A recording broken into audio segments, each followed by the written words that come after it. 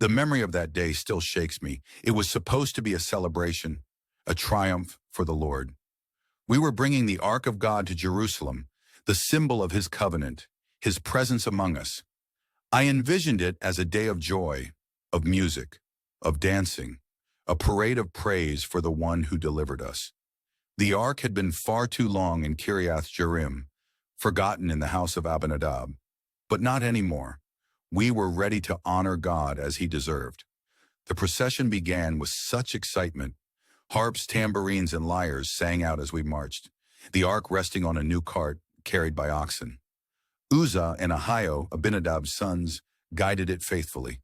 My heart swelled with pride as I danced before the Lord with all my might. And then, disaster. The oxen stumbled and the cart jolted. Uzzah, poor, well-meaning Uzzah, reached out to steady the ark.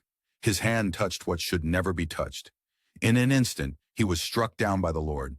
His body fell lifeless beside the ark. The music stopped. The air turned heavy. Joy gave way to horror. I stood there frozen. How could this happen? We were celebrating God.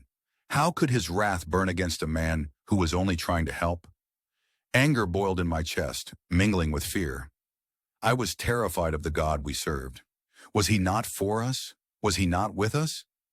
In the days that followed, I wrestled with the weight of what had occurred. Then it dawned on me. We had treated the ark casually. God's holiness is not to be taken lightly.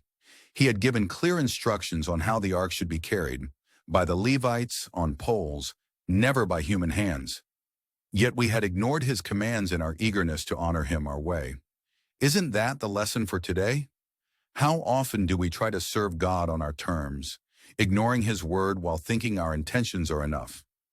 We reduce his holiness to a symbol, forgetting he is the Creator, the Almighty whose ways are higher than ours.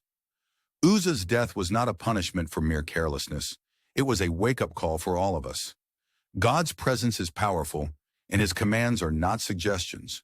When we approach him, it must be with reverence and obedience, not flippancy. Eventually, the ark reached Jerusalem, carried as God instructed. Joy returned, but it was tempered with humility. That day taught me this. Serving the Lord is a privilege, but it demands reverence. His holiness is not to be touched, only honored. And so I ask you, how do you treat the presence of God in your life?